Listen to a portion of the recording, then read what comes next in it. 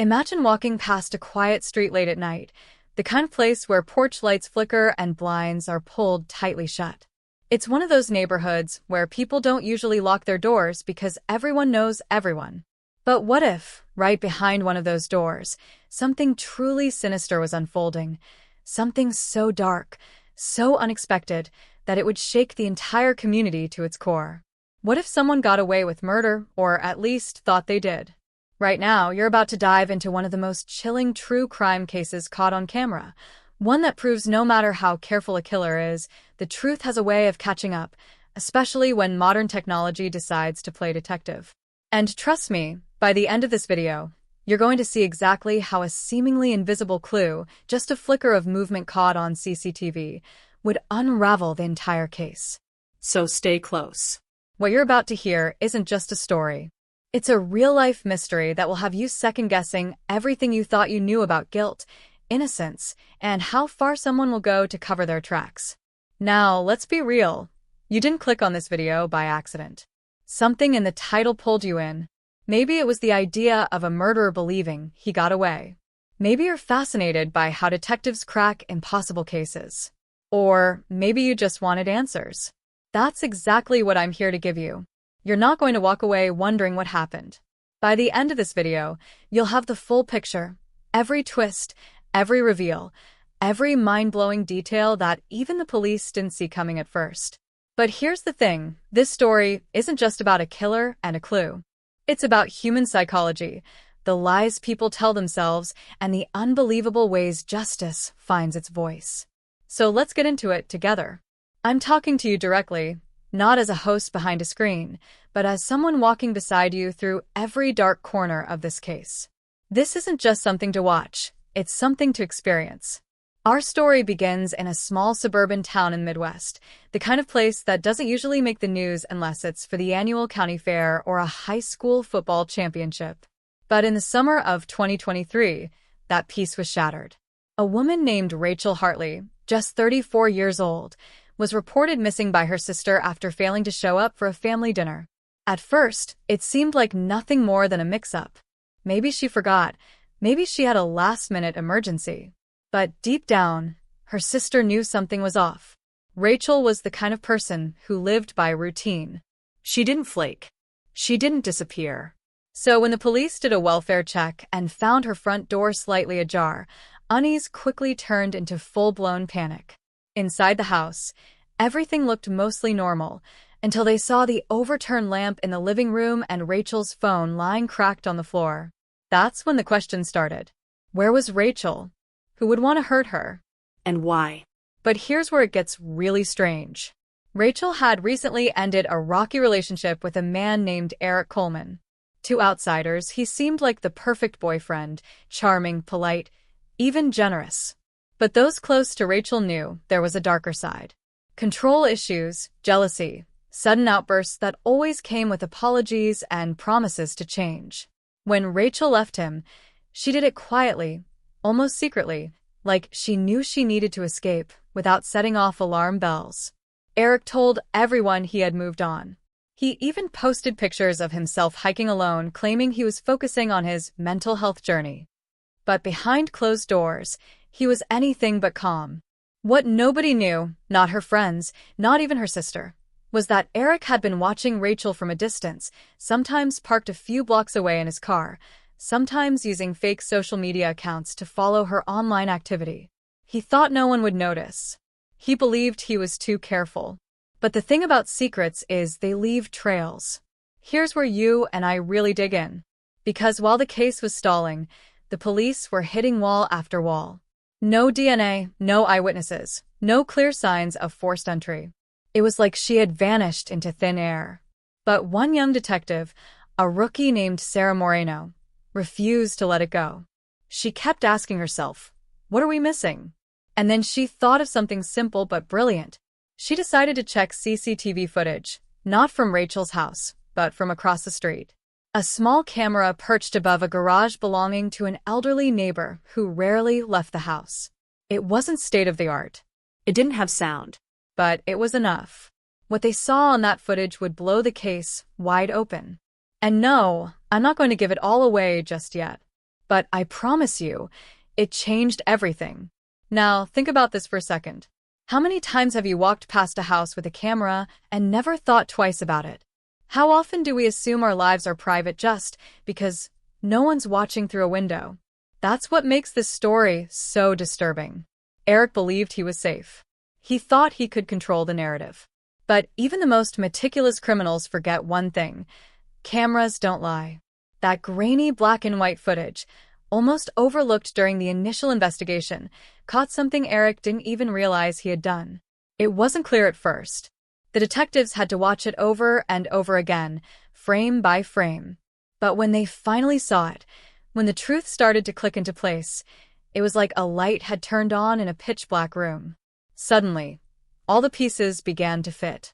And I want you to remember this moment, because as you watch this video, every clue I share, every piece of evidence, is going to bring you one step closer to understanding how a case that was on the verge of going cold suddenly ignited.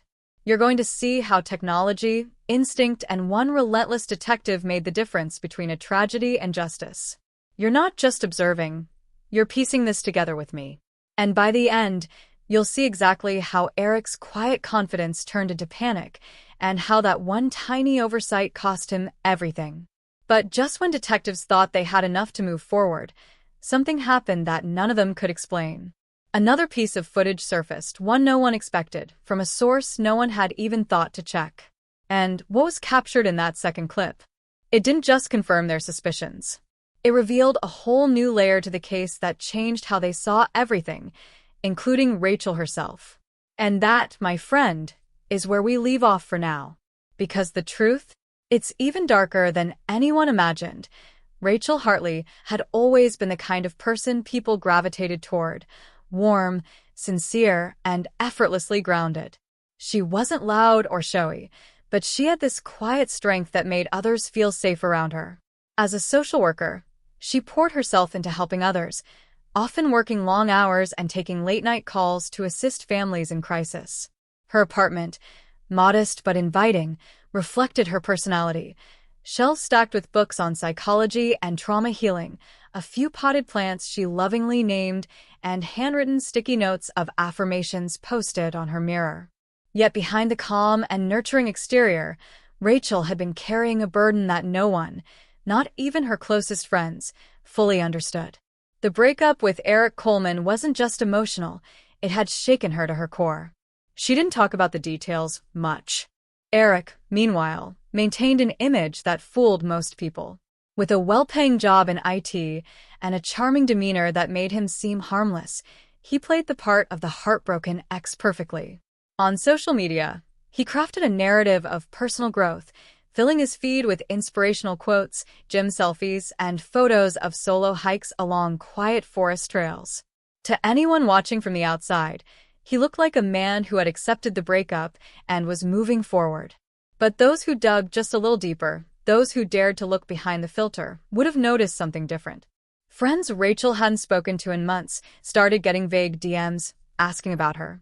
An anonymous account popped up on a forum where Rachel had once posted advice, oddly echoing things only Eric would know.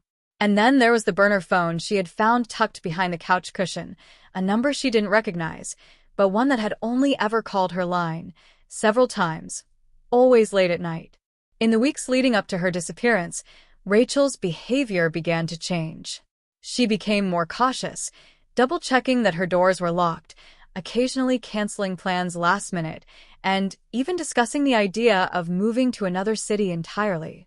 At work, her colleagues noticed the change, but attributed it to burnout.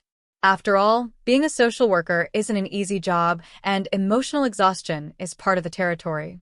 What they didn't know was that Rachel had begun documenting certain things in a private notebook. License plates, times she saw unfamiliar cars parked outside her building, strange noises at night she couldn't quite explain.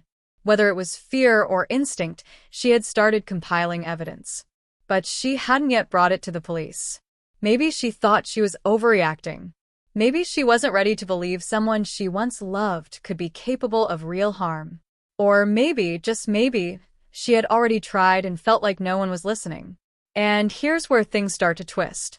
Because as much as all signs pointed toward Eric, it wasn't that simple. You see, Rachel had recently reconnected with an old college friend, a guy named Nathan Delaney. On the surface, Nathan was the opposite of Eric, laid back, artistic, the kind of guy who owned a vintage record player and always carried a sketchbook. Their reconnection was casual at first, a few coffee dates, long conversations about the past, and a mutual respect that seemed to grow naturally. But some people believed it wasn't entirely innocent.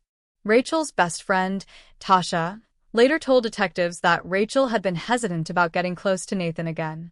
She liked him, sure, but something felt off. He had a temper back in college, nothing violent, just unpredictable, and while he claimed he had changed, there were moments when the old Nathan slipped through. A too firm grip on her arm during an argument, a cryptic voicemail left after midnight. She brushed it off at the time, but Tasha wasn't so sure. She believed Rachel had felt torn between loneliness and caution, and that perhaps she had let someone back into her life she shouldn't have. Then there was her coworker, Madison Klein, a bright, ambitious woman who worked alongside Rachel at the social services office. On the outside, their relationship seemed friendly. But coworkers later admitted there was a quiet tension between the two. Some even speculated that Madison had a competitive streak, often undermining Rachel in subtle ways. She'd take credit for shared projects, drop comments that questioned Rachel's competence, and in one heated staff meeting, flat out accused her of being too emotionally involved with a client. Whether it was professional jealousy or something deeper, no one could say for sure. But the day before Rachel vanished, she and Madison had been seen arguing in the parking lot. There was no audio, just grainy surveillance footage, yet witnesses said Rachel had walked away with tears in her eyes and Madison looked visibly shaken. And when detectives questioned Madison later, her alibi for that night was shaky at best. So now we've got layers. Eric with his obsessive tendencies, Nathan with his unpredictable temper, and Madison with a possible grudge. Each of them had some connection to Rachel. Each of them had motive, or, at the very least, a reason to want her out of the picture. But no one had proof. No fingerprints, no signs of forced entry, no concrete evidence tying any of them to her disappearance. It was a mystery that refused to give itself up easily. And then came the footage.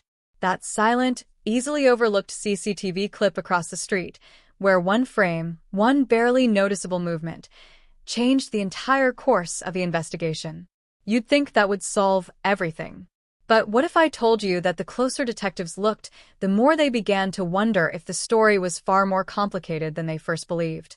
What if that footage didn't just point to a suspect, but revealed a clue that made them question everything they thought they knew about Rachel's final hours? Because here's the twist. Rachel wasn't just a victim. She may have known more than anyone realized. And the choices she made in her final days, every conversation, every move, every secret she kept, might be the very reason she vanished. Something was building. A confrontation. A reckoning. And just when the truth seemed within reach, a new piece of evidence emerged. One that didn't fit any known timeline, one that suggested someone else, completely off the radar, might have been watching from the shadows all along. And that's when things took an even darker turn. When Detective Sarah Moreno thought she was making real progress, everything began to unravel in ways no one saw coming. That grainy CCTV footage had pointed to something, someone, lurking just outside Rachel's home around the time she disappeared. A figure caught in partial silhouette, hood up, barely distinguishable. It wasn't enough for an arrest, but it gave them a direction, something tangible. Moreno requested more footage from surrounding homes and businesses, hoping to trace the figure's movements, maybe even catch a license plate.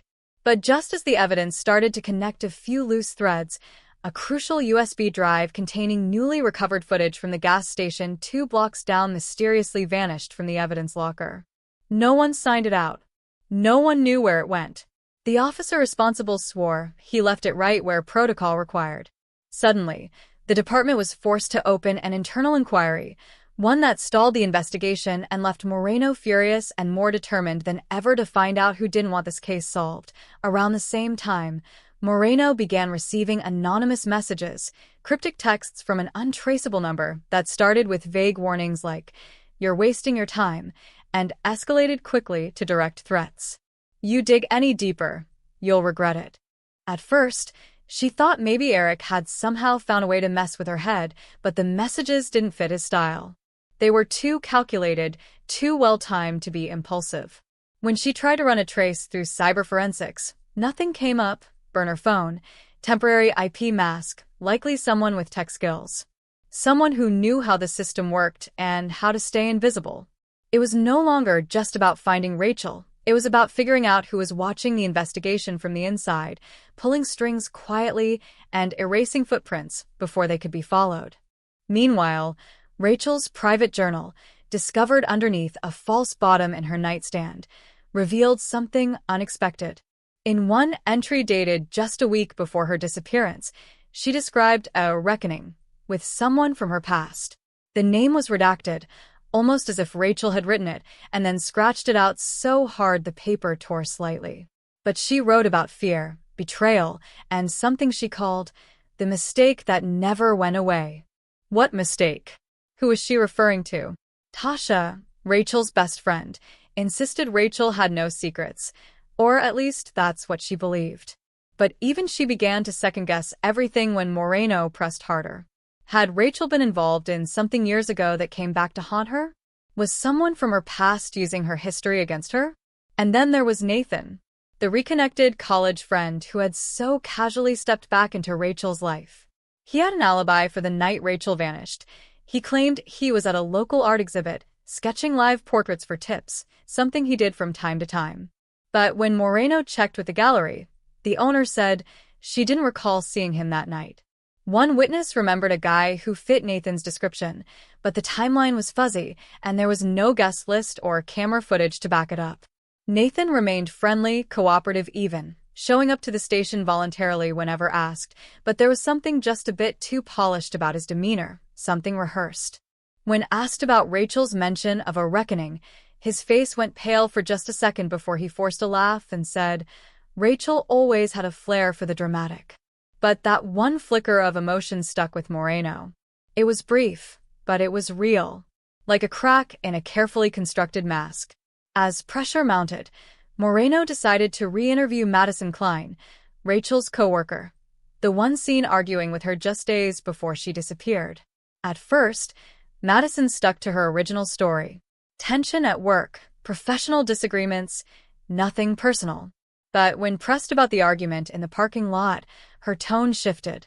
She admitted there had been more to it than she first disclosed. Rachel had confided something to her, something about feeling followed. Not by Eric, not by Nathan, but by someone connected to the agency. Someone Rachel believed had access to personal files, case histories, maybe even addresses. It was a bombshell revelation, and one that could point to corruption or, worse, a mole inside the system. But before Moreno could dig deeper into this angle, Madison changed her tune. She suddenly denied ever saying it, claimed she was misremembering, and then stopped responding to follow-up calls altogether. She even took a sudden leave of absence from work, citing stress. Her coworkers said she looked terrified. The deeper Moreno pushed, the more tangled the web became. It wasn't just about a toxic ex or a jealous coworker anymore. There were whispers that Rachel may have uncovered something she wasn't supposed to, something buried in the system, possibly connected to a high-risk case she had been working on shortly before she disappeared. She had recently helped relocate a mother and child from an abusive situation involving a man with ties to organized crime. Could that have anything to do with this? The agency claimed full confidentiality was upheld, but someone, somewhere, might have been watching. That theory wasn't just terrifying, it made sense in a way the others hadn't. And just as Moreno began preparing to file for a warrant to dig into those old case files, an envelope arrived at the precinct. No return address. No fingerprints. Just her name handwritten in block letters across the front. Inside, there was a single printed photograph. It was grainy, blown up from what looked like CCTV footage, time-stamped 2 days after Rachel was reported missing. It showed a woman, same height, same build as Rachel, standing at a gas station 2 towns over, wearing a hoodie and sunglasses, head down, talking to a man who wasn't Eric or Nathan or anyone the department had on file. The photo was accompanied by a single typed line on the back: "She's not who you think she is." And just like that, the case cracked wide open again. Because if Rachel was alive 2 days after she vanished, everything they thought they knew might be wrong.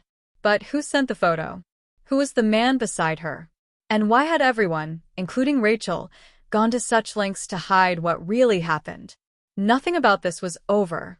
In fact, the mystery had only just begun.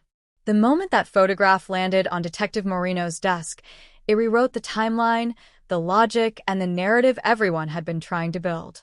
Rachel was presumed missing, maybe even dead, but if she was seen alive 2 days later, the entire investigation had been chasing shadows.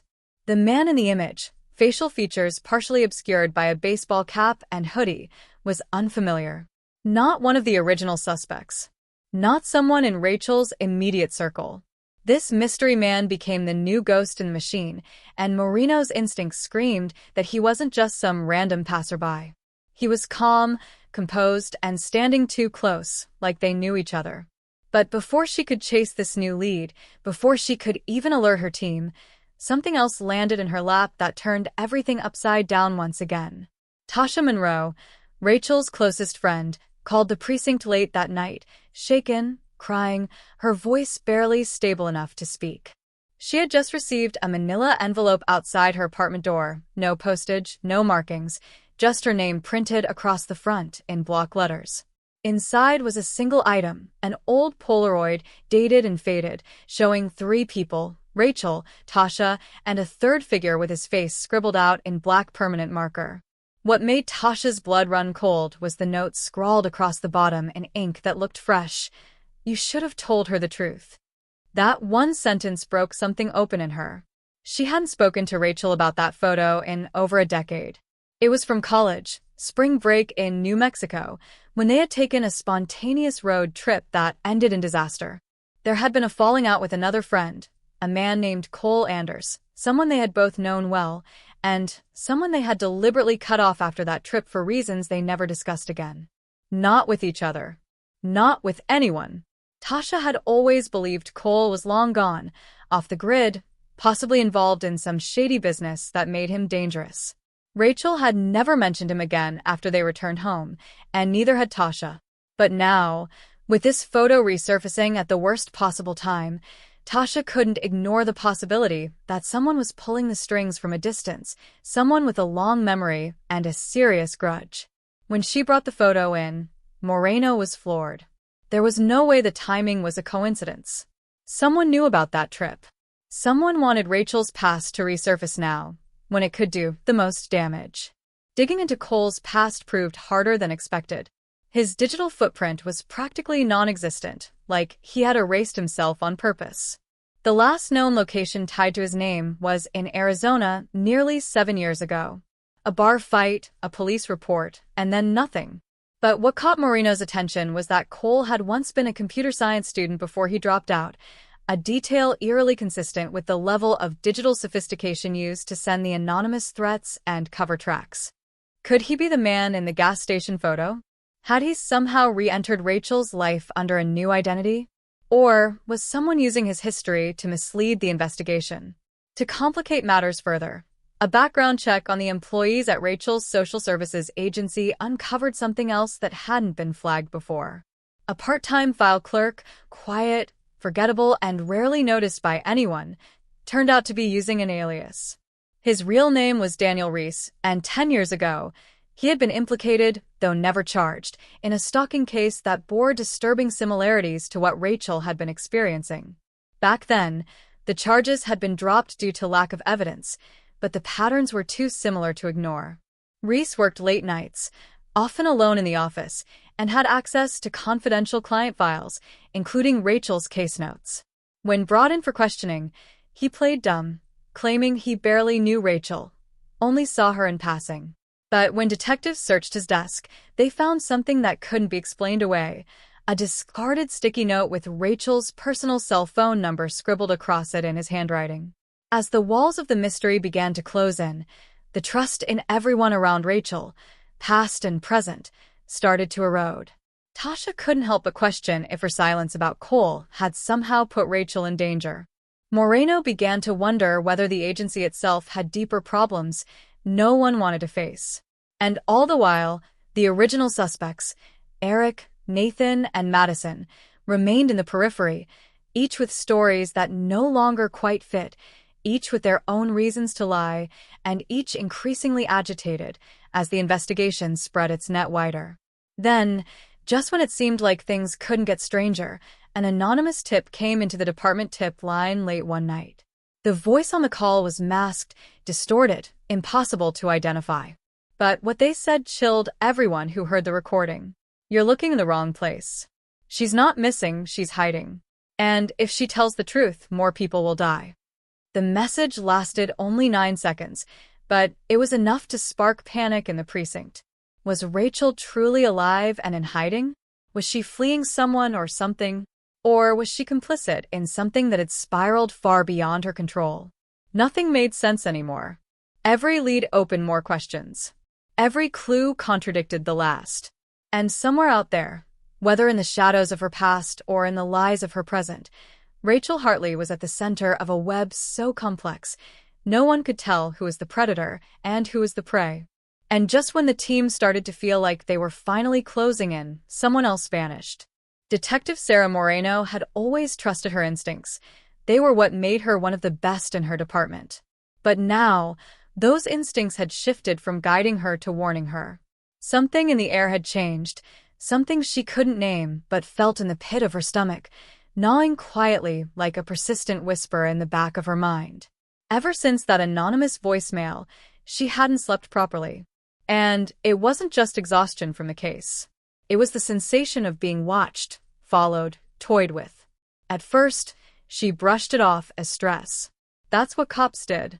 They compartmentalized, they rationalized, and they kept moving. But that strategy started to fall apart when she caught a black SUV parked across from her apartment 3 nights in a row. Tinted windows. Engine running. No plates. Each time she stepped out to approach it, it was gone before she even hit the street. She told herself she wasn't scared, but the loaded Glock she now kept within arm's reach at all times said otherwise. Her home, once a quiet sanctuary after long days, now felt compromised, doors double-checked, windows locked, blinds always drawn. She even started setting up small, deliberate traps, things slightly out of place to see if anyone had been inside while she was gone. And 2 mornings ago, something confirmed her worst fear. A glass she always left in the cabinet was sitting out by the sink, half full of water. She hadn't touched it. She knew it. No sign of forced entry. Nothing missing. Just a quiet, calculated reminder that someone had been there, watching her, close enough to know how she moved, how she lived, and maybe what she feared. It was the same day her partner, Detective Carla Baines, stopped responding to texts. At first, Sarah didn't think much of it. Carla had a habit of going off the grid for self-care when cases got overwhelming. But by the end of the day, her phone was still going to voicemail, and she hadn't shown up for their scheduled case review. When Sarah drove to her place, the lights were off. Mail was collecting at the door. Her neighbors hadn't seen her in 2 days. Her car was still in the lot, but the driver's side door was ajar, keys hanging in the ignition. It looked staged, like someone wanted it to be found, like someone wanted Sarah to see it and feel the weight of what it meant. That this wasn't just about Rachel anymore. That anyone connected to the truth was now part of a bigger, darker game. Inside Carla's apartment, there was no sign of struggle, no overturned furniture, no blood, no broken glass. Everything was undisturbed, and that made it worse. On the coffee table sat a single manila envelope, unsealed, with Sarah's name written in the same harsh, blocky handwriting she'd seen before. Her hands trembled as she pulled out the contents. It was a printout of Rachel's college transcript, but certain classes were circled in red ink: psychology, advanced criminal behavior, and one listed under an alias that wasn't Rachel's name but matched her student ID. Attached was a sticky note that simply read, "What she learned wasn't just theory." It made no sense. Sarah knew Rachel worked with victims. She counseled them, advocated for them. But this implied something different, something deeper, something intentional. Suddenly, Everything that had felt like loose threads started to tighten like a noose around Sarah's neck. Rachel's disappearance. The photo at the gas station. The reappearance of Cole Anders. Daniel Reese's suspicious access to confidential files. Tasha's haunted reaction to a decades-old memory. And now Carla, gone without a trace. It all felt connected, but not in a way that Sarah could articulate. It was like trying to assemble a jigsaw puzzle when the pieces changed shape the moment you touched them. And now it felt personal. Whoever was behind this wasn't just covering their tracks. They were hunting the truth, eliminating threats one by one, and enjoying the spectacle of watching Sarah squirm beneath the weight of confusion and guilt. Every step forward only added more questions. Why had Rachel lied about her identity in college? Why was her transcript doctored to reflect two different names? Was she part of something more complex than anyone had realized?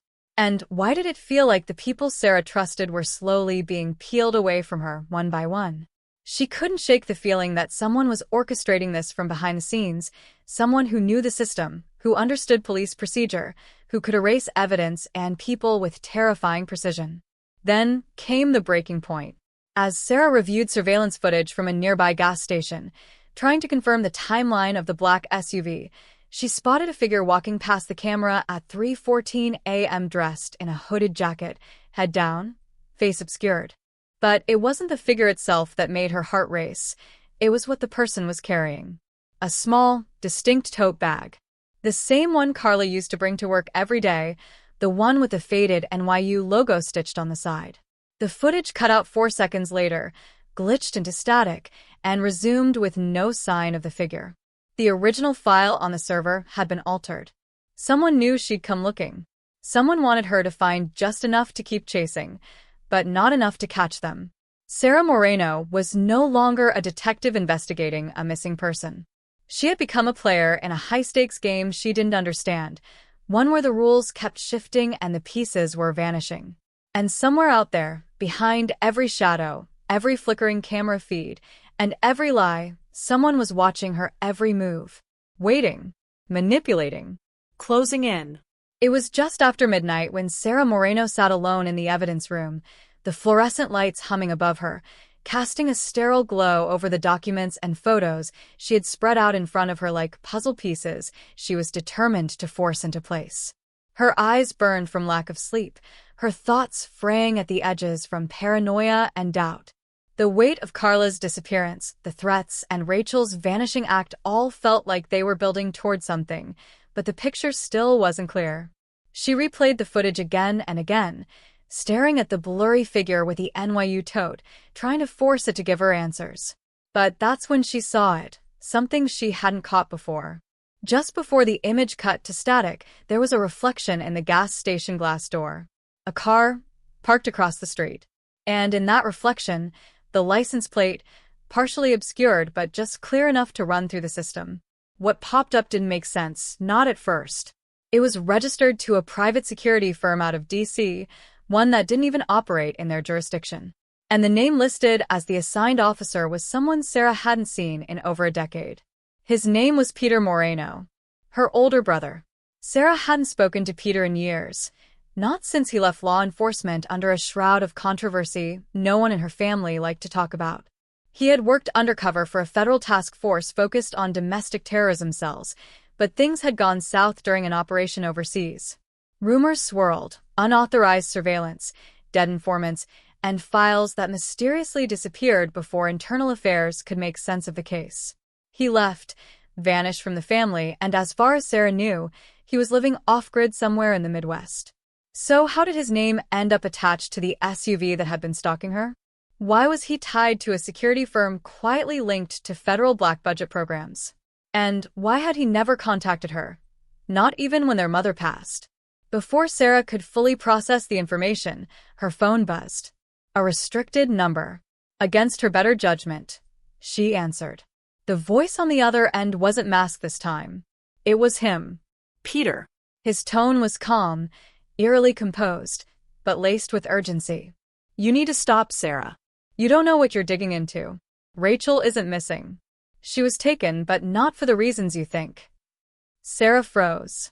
She had spent weeks chasing theories, suspects, fragments of Rachel's life, but now it sounded like everything had been a diversion. She pressed him, asking where Rachel was, what he knew, why Carla was missing. His answer was a truth she wasn't ready for. Rachel was part of a trial, a federal program designed to rehabilitate high-risk subjects, former hackers, dissidents, people with the skill sets the government needed but couldn't publicly use. She was one of them. So was Cole Anders. The college transcripts, the fake identity, those weren't accidents. She went off the grid because she knew something she wasn't supposed to. And when she tried to walk away from it, they came after her. We've been trying to protect her, but you, Sarah, you've been walking right into the trap. The words hit like a gut punch. The therapy work, the victim advocacy, the missing persons cases Rachel had taken on, they were all part of her new identity, her cover. She had been hiding in plain sight. And the notes, the threats, the surveillance, it wasn't from some scorned ex or rogue stalker. It was part of a larger effort to draw her out, to expose her. Sarah realized she hadn't just been investigating a disappearance. She had been used as bait. Every step she took, every question she asked, every piece of evidence she gathered, it was feeding someone else's timeline, someone else's agenda. And then Peter said something she would never forget. They're not after Rachel anymore. They got what they needed from her. Now they're after you, because you know too much. And because you won't let go. Sarah's thoughts raced. Carla wasn't just missing. She had been silenced. The photos, the videos, even the break-ins, they weren't just threats. They were messages. Warnings. Proof that the people behind this had access to everything. If Peter was right, then Sarah was the last piece of the puzzle. The last loose end. But if he had known all this, why come forward now? Why let her twist in the dark for weeks? And how much of what he told her was actually true? The call ended with one final sentence. They're watching you right now. Whatever you do next, make sure it's worth it. Her hands trembled as she hung up, her thoughts spinning out of control. She looked around the evidence room, suddenly aware of how exposed she was. Cameras, microphones, records. All of it could be compromised. The truth wasn't just buried, it was weaponized. And now, Sarah wasn't sure who to trust, or whether she could even trust herself. Everything she thought she knew, about Rachel, about the case, about her own role in it, was unraveling. What if the real story had never been about finding a missing woman, but about keeping a secret buried that someone would kill to protect? And just as she was about to shut everything down, delete the files, walk away from the investigation she'd poured her life into, a new file popped up on her screen. No sender, no subject, just one attachment. It was a video. Blurry. Distorted. And it showed Rachel. Alive. Somewhere underground. Crying. Whispering one sentence over and over. Don't trust him, Sarah. He's not who he says he is. The screen cut to black. And just like that, everything changed again. Sarah sat frozen in front of the screen, her heart pounding against her ribs so violently she thought she might vomit. The echo of Rachel's warning looped in her head like a curse. Don't trust him, Sarah. He's not who he says he is. It shattered something inside her, something essential she'd been clinging to in the storm of confusion and fear. Her brother, the one person she never expected to hear from again, had resurfaced at the center of a conspiracy that now stretched deeper than she had imagined. She wanted desperately to believe that Peter was trying to help her, that his warning came from a place of protection, not manipulation. But Rachel's face, hollow-eyed, trapped, terrified, said otherwise. It wasn't just a cry for help. It was a plea. A betrayal Sarah hadn't even begun to process. And now, just as the walls were starting to close in, the knock came. 2 dull thuds at her front door. Calm. Methodical. Not the kind of knock that came from a friend or a neighbor. Sarah grabbed her Glock, tucked it against her ribs, and approached with quiet footsteps. She didn't open the door right away. Instead, she peered through the side panel, expecting the worst, and got something even more unsettling. Captain Wallace, her superior. Alone. Dressed in plain clothes, no badge, no backup. just standing there like he had all the time in the world. When she opened the door a crack, he raised both hands as if to prove he was unarmed. But the look in his eyes was not the look of a man making a social call. It was the kind of look that told her this was the moment things were going to change, whether she was ready or not. "Mind if I come in?" he asked. His tone was calm, almost gentle, but Sarah could feel the weight behind it. She let him in and closed the door slowly, locking it out of instinct. Wallace didn't sit. He paced, eyes scanning the room, pausing briefly on the evidence board she hadn't taken down. Rachel's photo. Carla's. The post-it notes. The tangled mess of string and red ink. His eyes settled on her again. "You've dug deeper than I thought you would. I hoped you'd let it go, but I see now that's not in your nature." Sarah didn't flinch. "Tell me what you know." Wallace let out a slow exhale and finally lowered himself onto the edge of her couch. "What I'm about to say stays in this room. You repeat it, and neither of us walks away clean. There are programs, classified operations, run outside the boundaries of what you and I would call law enforcement. Black ops. Deep cover work. And sometimes the people who go dark, they don't come back the same. Rachel was involved in one of those. She got out. But she didn't just walk away, she took something. Something dangerous. Something that could unravel everything. And now the people she betrayed are using you to flush her out." Sarah's voice was dry, brittle. "What did she take?" Wallace stared at her for a long time. "Testimonies. Confessions. Data on covert psychological experiments done without consent. Real dark stuff. People died. People were pushed to kill. She kept the receipts. And now everyone from federal contractors to private security firms want it buried." Sarah's stomach twisted. The therapy sessions. The volunteer clients. It had all been part of a trial. That meant Rachel hadn't just been treating trauma, she'd been part of a system that created it. And when she realized the full extent of what she was involved in, she ran. Wallace leaned forward, his voice dropping to a whisper. "They're going to make you choose, Sarah. Walk away now and you live. Try to expose this, and they'll make sure you disappear, just like Carla." The ultimatum hit her like a freight train. Her career, her life, everything hung in the balance. And the worst part? She wasn't even sure who she was protecting anymore. Rachel might be a victim, or she might be complicit. Peter might be trying to save her, or maybe he was just another piece in the machine, stringing Sarah along to tie up loose ends. And Wallace, was this a warning out of guilt, or was he just playing his role, trying to steer her back in line before things got messy? As she stood there, reeling, Wallace added one final blow. "They offered you a way out. The voicemail. The envelope. The disappearances. They were trying to scare you off. But you didn't listen. So now you're on your own." Then he left. No handshake. No parting words.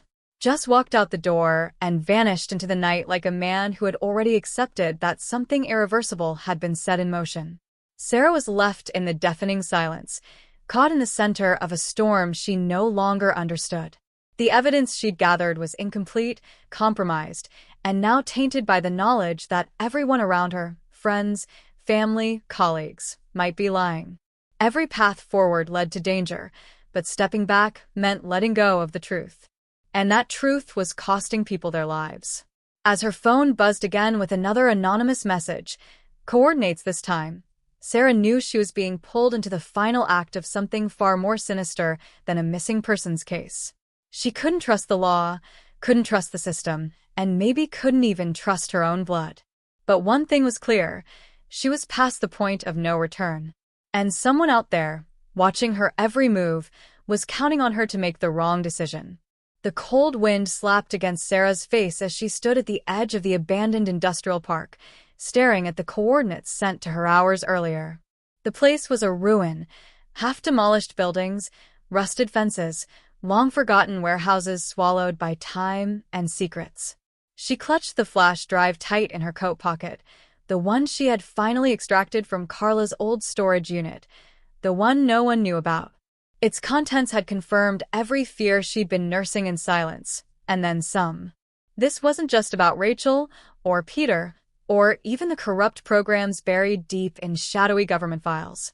This was about a system, decades old, built to erase, rewrite, and exploit. And it had touched far more lives than Sarah ever imagined. Inside that drive were names. Dozens of them. Names of people who had vanished, been institutionalized, or declared dead under vague circumstances.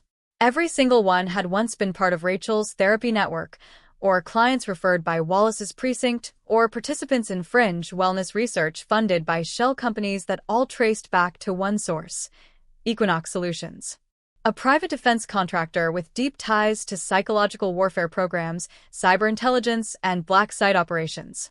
Their logo showed up in background financials, in contracts stamped confidential, in emails exchanged between people Sarah once called mentors.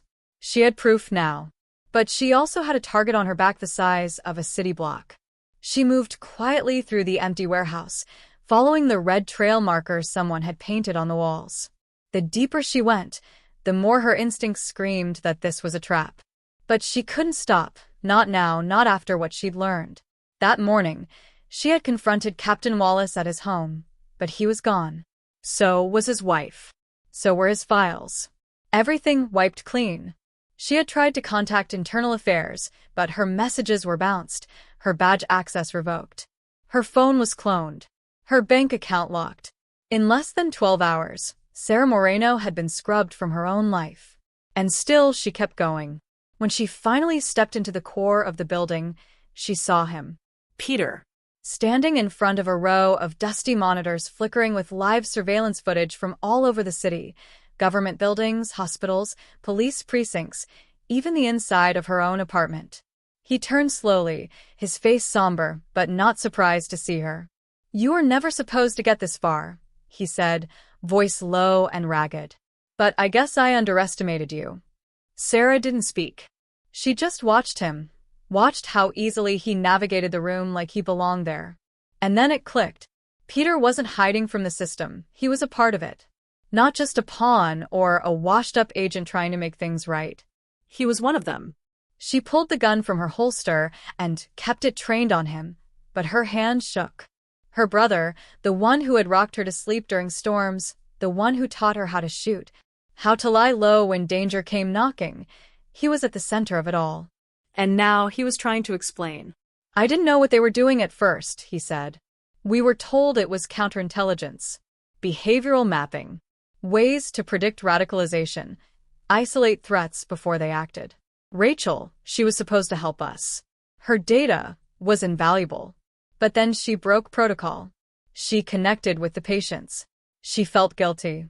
She stole the logs, threatened exposure. We had to contain it." Sarah's voice cracked. "So you used me?" He nodded slowly. "They knew you'd start digging. But that's what they wanted. You were the test. To see how far someone could go before the truth broke them. And now you've done it, Sarah. You've reached the end." She was about to answer when someone stepped out from the shadows behind her. A voice she recognized instantly. Carla. Alive. But different. Hardened. Wearing tactical gear and holding a tablet glowing with encrypted files. "You thought I was a victim?" she said, her eyes glinting. "I helped build this system. I recruited Rachel. I recruited you. You just didn't know it." Sarah staggered back, her world spiraling. She had chased Carla's ghost for weeks, believed she was a casualty. But Carla had orchestrated it all, playing both sides. She had been feeding Sarah just enough to keep her moving toward this moment. The revelations hit her in waves. The conspiracy wasn't just about control, it was about evolution. They were developing psychological tools to predict human behavior, erase unwanted identities, rewrite trauma in real time. And Sarah, with her experience, her resilience, her refusal to quit, she was the perfect subject. Carla stepped closer. "The files you found are a fraction of what we've done. This project's been active since the 90s. We've embedded in law enforcement, mental health institutions, universities. Every missing person you couldn't find? Every cold case you obsessed over? Most of them weren't accidents. They were iterations."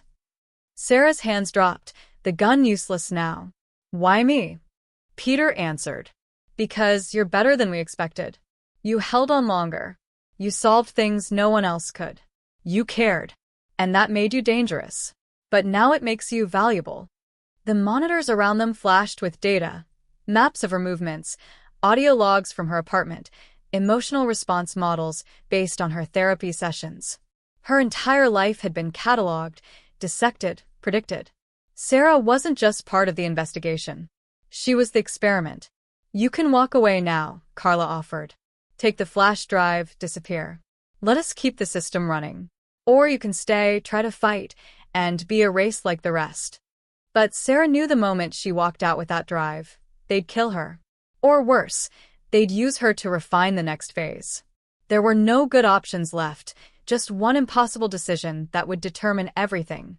And deep down, she understood, the only way to end this wasn't to escape it. It was to burn it to the ground.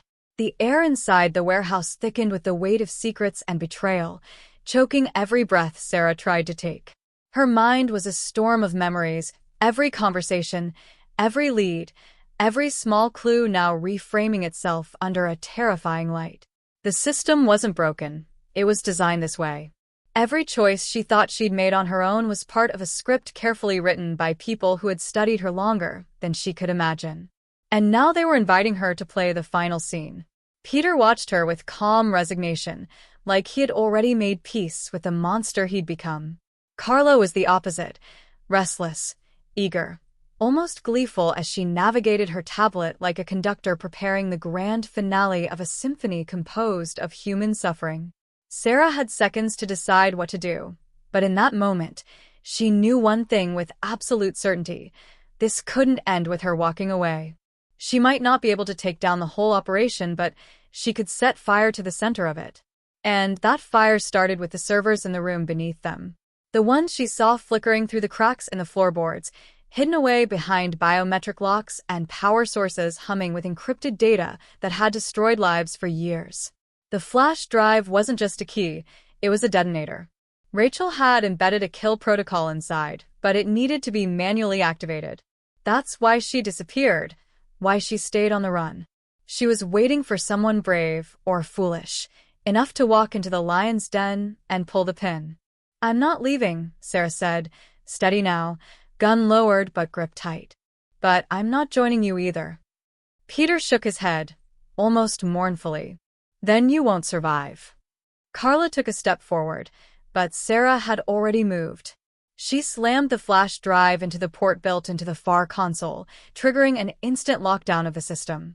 Red lights flared across the monitors as code flooded the screens, line after line of Rachel's kill switch overriding security firewalls and wiping identities from every connected terminal. Carla screamed, lunging forward to pull the drive, but Sarah tackled her to the floor. The two women fought with raw, animal fury, years of anger, betrayal, and grief pouring out in punches and screams and desperate gasps for air. Peter yelled something, reaching for a hidden sidearm, but Sarah managed to knock Carla's head into the concrete long enough to scramble to her feet. Blood trickled from Sarah's temple as she staggered to the command terminal.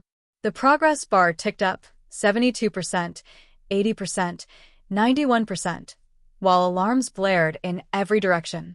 Peter tried to grab her, shouting that she didn't understand what she was doing, that the data was the only leverage she had, but she turned and fired at the floor just inches from his foot.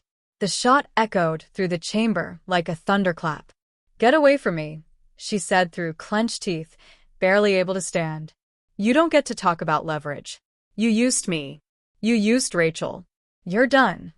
Suddenly, the entire building shook, a muffled explosion rippling through the underground level. Smoke poured up through the cracks. Sarah had activated more than a data wipe. Rachel had built a physical contingency plan too, rigging the system to self-destruct once the drive reached 100%. It was over. The entire network was going to burn. Carla screamed again, this time in panic, scrambling to shut the system down, but it was too late. Files were vanishing, cameras blinking off, digital footprints being obliterated forever. And Peter just stood there, motionless, watching everything he'd protected unravel before his eyes. But then something unexpected happened. As Sarah limped toward the exit, coughing through the smoke, A monitor sparked to life again, this time showing a single message. Protocol Alpha engaged. Activating secondary server tree. She froze. The screen flickered, and suddenly a series of new IP addresses populated the display, servers in different countries, locations she hadn't seen before. The data wasn't gone. It had been duplicated, offshored, preserved. Rachel's kill switch hadn't destroyed the conspiracy. It had forced it into deeper shadow. A backup protocol had been embedded by someone else, someone who had anticipated this outcome. And then came the twist that broke Sarah's heart. From one of the monitors, a live feed lit up. Rachel. Alive. Not scared, not hunted, but safe. Calm. Sitting at a desk in what looked like a secure underground facility. And beside her, smiling coldly into the lens, was Wallace. He looked older, but composed, like a man who had just completed the final move in a long, carefully constructed chess game. Rachel's voice played through the speakers, quiet but firm. I knew you'd find your way here, Sarah. You were always the only one who could finish what I started. But we needed to know how much you'd sacrifice, who you'd trust, what you'd destroy to get to the truth. And now we do. This isn't the end. It's the beginning. The screen went black. Sarah fell to her knees. Betrayed. Used. And yet still alive. The building around her burned. The system had evolved. The conspiracy lived on. And now, she was the only person left who knew the whole truth. But that truth wasn't a weapon anymore. It was a burden, a responsibility. And Sarah knew exactly what came next. This story wasn't over. It had only just begun.